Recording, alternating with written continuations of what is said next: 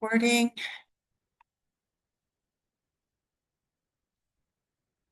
Okay, so this is sort of like the tail end of things, right? Like got an award, we set up our labor, we've managed our award, this is part of the bookend of that effort kind of planning thing. So now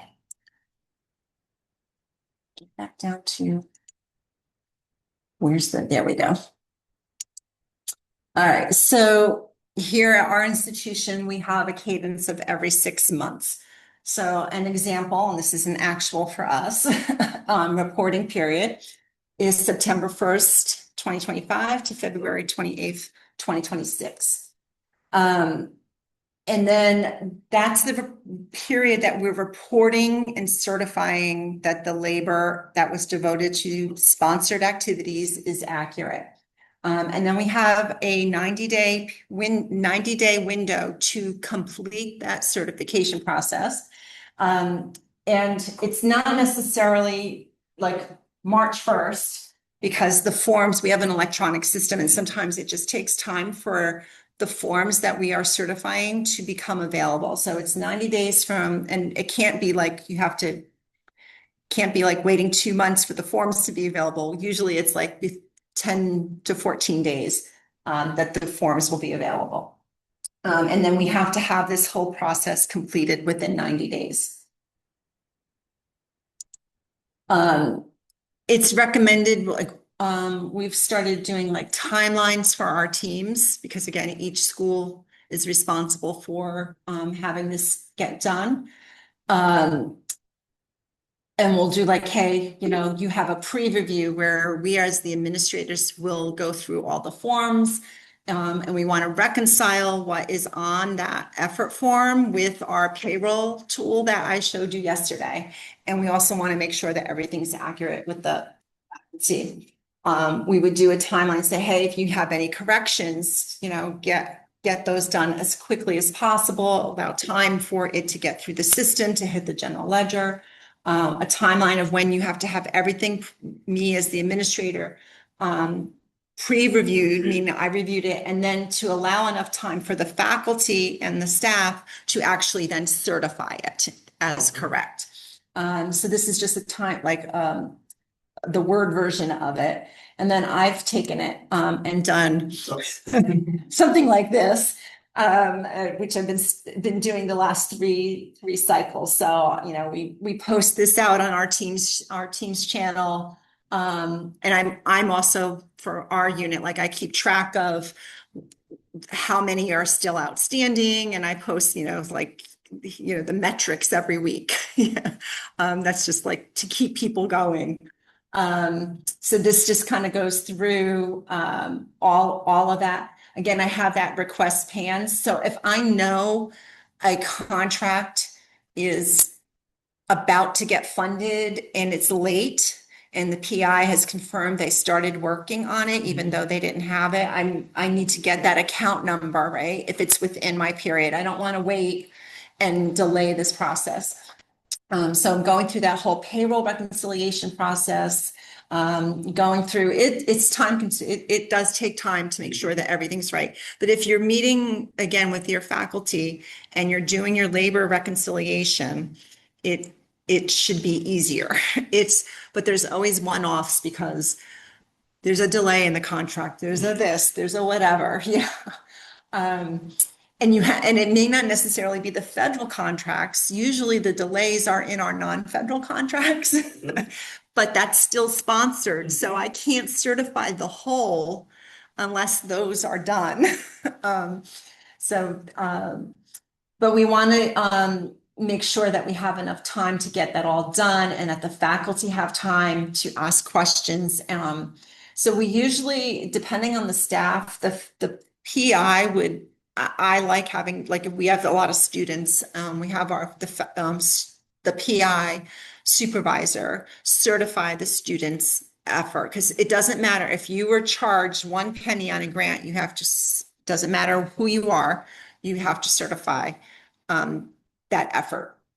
Answer questions, and then make sure that we have a deadline that we are completed by. And now to enforce it, our institution has like now an escalation process. Like they will not do any setup awards if the PI hasn't certified or if there's problems. Now there's starting to become like consequences for making sure that we do this in a timely manner.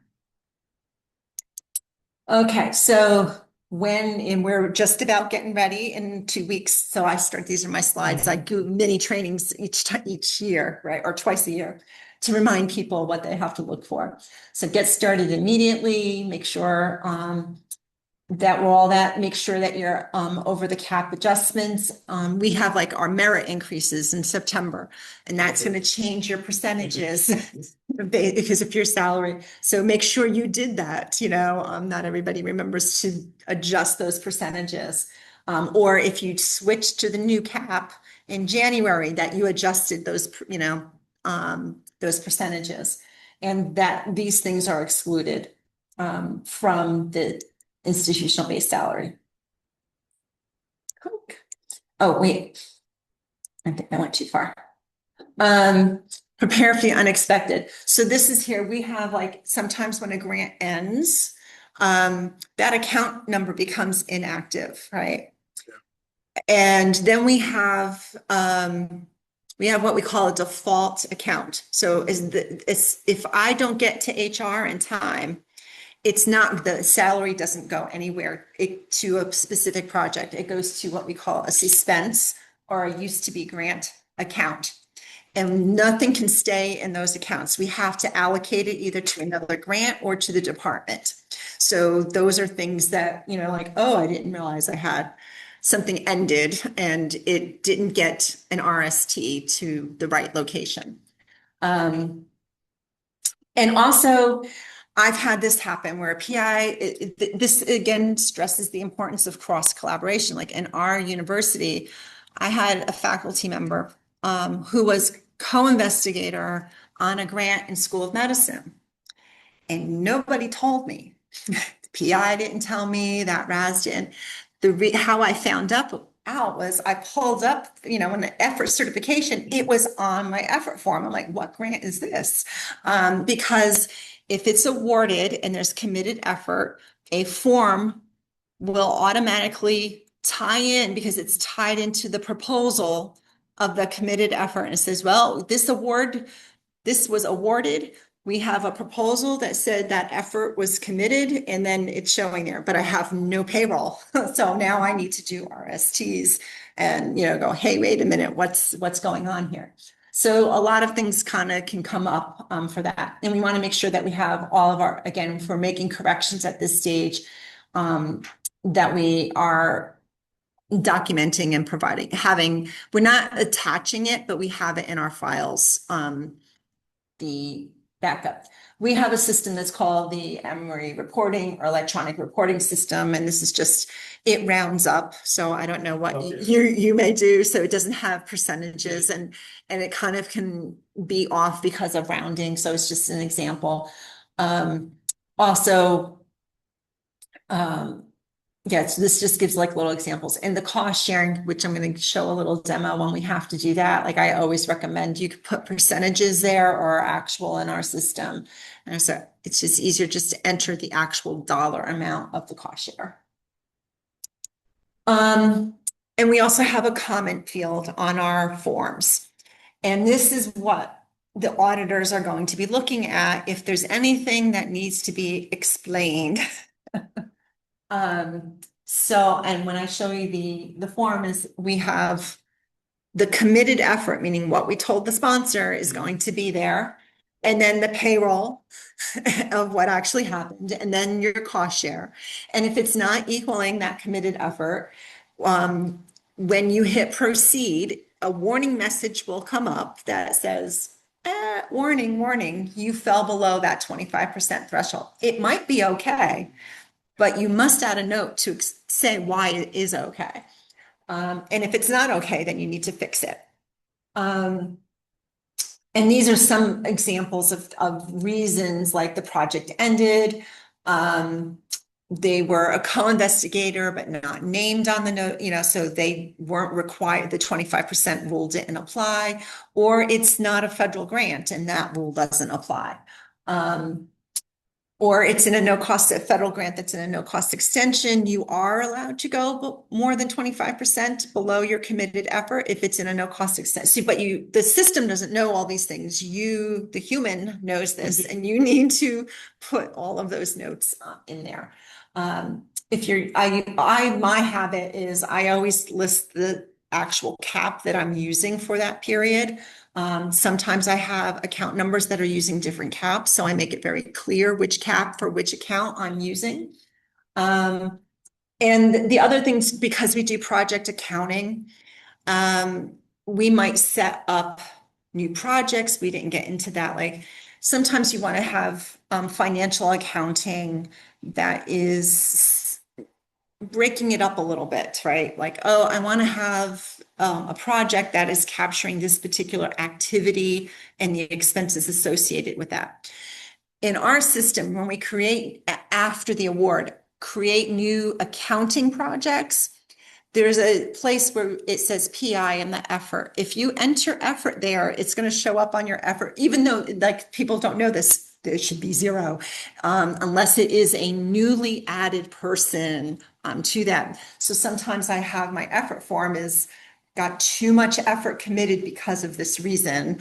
And then I have to just explain that project set up an error or the proposal, something was, why that committed effort is incorrect. Did that make sense? Yeah. Okay. All right. Get back over here. So here is a kind of a screen, an Excel. I just took it and converted it into Excel so I could play with all the numbers. Okay, so this is what it looks like. We log into the system and we're gonna, on the top has all the whoever's form, it has their ID, their name, and all of that other stuff at the top. And here you have this is what was in our system as what we committed, right? And now staff will not have anything here. It's just going to be the PIs and co-investigators. And then this tells me what payroll is posting as of the date that I'm looking at the form. And then the percentage, and this is just for 6 months. So this is the total salary that was for that 6-month period. And these are the averages across the 6 months. And it's just payroll divided by your total. And then you have your account number. There's a description of whatever the name is. And then here it's a little off, but this is the cost share column here and here. And then the totals. So on that example, this is based on the example that we went through yesterday. So on that example of the 221 salary, everything that I was saying is cost share is I enter here. So now payroll charged 16%. And then I added my 2%. And it adds up then what is the total between my actual payroll and my cost share, and that's equal to 18%. Now, it's okay to be over the 25%. You don't have to explain that. It's only when you're under. So here you'll see there's my 20, and then how I got to my 20% is my 18 and 2. Now on this one, I did I put in 7 and I left it this way on purpose. Our system will prorate that 20% for just 2 months. But I left it just as an example. When I hit proceed, that 7% is going to be more than 25%, and I'm going to get a warning message. So I should be putting a note here for that warning. So I wrote, hey, got cut off. Number 2, like that's a non-federal grant. I could have said it's prorated. I could have, whatever the reason is, if that's accurate, why is it accurate? So sometimes on grants too, and that will be my next example, but I'll go on that one at the next one. So now here again is the issue of that commingling of funds. So why we have a specific account number for cost share is because if I'm taking these dollars up here, right, this is my sponsored and my non-sponsored. I have to show where is this money coming from? It's coming from here. So, and these have to net 0. If they don't net 0, I should not proceed. So I have to say, I took the effort, the dollars for that cost share effort came from here. I can't take that same dollars and charge it in more than books. So that is the kind of checks and balances that you're not commingling funds for your effort. And then this is represented as a negative number. So whatever I'm putting up in sponsored, I have to subtract out here. And then like this account that in theory, when you have an account that is totally cost share, I won't have any money left. Because all of that money was allocated, the effort of that salary was allocated somewhere else. And I also made a note here, like, hey, this was NIH cap, right? And I did this on purpose. This is the September to February period, and the cap increased in January. So I made a note, the cap September NIH cap of 225.7 was for September to December, and then 228 for January and February, and that applied to all the federal accounts. Okay, so this is again a little case question. What are some reasons that committed effort and on an effort form would be different than your actual? So we've talked a little bit about that. And when would the calculated percent of effort be different than the actual? If I have my little example, what I want, I'm going to jump ahead because we're in time, but this is what I wanted to get to. So here's a where their committed effort is 120%. Okay. So this is what we call it, and it happens. Some of our faculty are really good at getting grants and they end up being overcommitted in the system. And again, now it's okay, usually up to about 125. It's really hard when it's over that. So you need to kind of go through and explain, because I'm not going to be meeting all of my effort. Sometimes if I have different start and end dates, they might not work on the grant. And you're allowed up to 90 days that you can not work on something. Okay. I did put that in my slides. So you can reduce your effort for a short period. So that means that 6-month period, because as long as you think about the grant year as well as your fiscal year, you have to meet your effort commitment within the grant year. So you can play when they're overcommitted, they can't do everything at the same time. So there may be 2 months that their effort gets reduced because they're working on something else. And then later on, they're going to flip up. And it still comes out to where your average is still within your committed effort. So when that happens, I go effort commitment met in previous period, or effort commitment met in the next period. And it's going to be over the 25% because they're making up additional time for that period. And that's why it's important to kind of keep track on that. These were grants too, like these were supplements, whatever, that they were in a no cost extension. So when I put it in, it was 20% effort, but now we were in our second no cost extension and she's only devoting 4. So I'm saying, hey, that's in a no cost extension. So those are kind of the examples there. What time are we at? 3:11. Okay, cool. I can go back. I wanted to make sure I showed that, but I can go back to the case. So that is one reason. And then I have my answers. So again, the PI is overcommitted. They have uneven, and some people don't have an even distribution. So you're going to have different things, but you're looking at your average. I think I covered all of that. Budget cuts necessitate. Oh, so that's another thing. Budget cuts. Sometimes there's a reduction in effort that from what was proposed. And it's less than 25% reduction. I do need to have that. Usually I get prior approval for that. There is a rule if your budget from NIH, if they cut your overall budget, I don't know if this is still in play, because I've been doing this a while. If they cut your, like what you asked for by more than 20%, they consider that you can have like some change of scope, meaning that the 20%, if your budget is cut by more than 20%, they don't expect that you're going to be able to do everything you said with the more than 20%. Up to, if it's 20% or less, they think you can do all the work as them. But if it goes over that, then, I usually get like something in writing saying, yes, we're going to have to reduce something. Or I had one PI just, go back and go, we're not going to be able to do this specific aim with this budget.